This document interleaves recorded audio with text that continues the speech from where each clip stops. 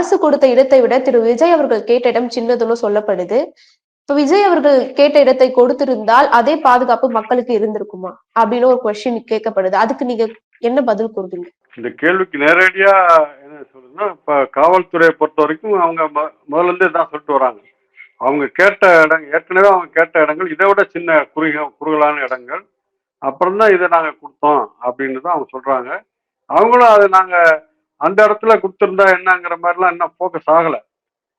அதனால ஒருவேளை அப்படி ஒரு குறுகலான இடத்துல இதை விட குறுகலான இடத்துல நடந்திருந்தால் இதை இதை விட மோசமான விளைவுகள் தானே ஏற்பட்டிருக்குங்கிற மாதிரி தான் வருது. ஆனா அந்த மாதிரி வெறும் ஊகத்திலே பேசிட்டு இருக்க முடியாது. இப்ப இந்த இடத்த கொடுத்துட்டாங்க, அவங்களுக்கு அவங்க கேட்ட இடம் தானே இது. ஏதாவது மாற்று இடம் கேட்கிற போது அவங்களும் இந்த இடத்த ஏற்றுக்கொண்டு அப்புறம் தான் நடந்திருக்கு. அதனால இங்கே எப்படி நடந்திருக்குன்ற கோணத்துலதான் இதை அணுக முடியும். அதே நேரத்துல இந்த இடத்துலயே கூட தவிர்த்திருக்க முடியும், இதெல்லாம் வராம தெரிஞ்சிருக்க முடியுங்கிறது தான்.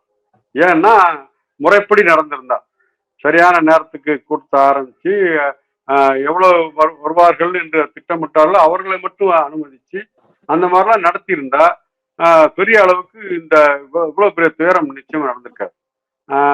எனவே ஒரு இடம் என்பதை விட அந்த இடத்தை எவ்வாறு கையாளுவது என்பதில் இவர்களுக்கு ஏற்ப ஒரு அனுபவ குறைவா அல்லது அலட்சிய போக்கா அப்படிங்கெல்லாம் யோசிக்க வேண்டியிருக்கிறது.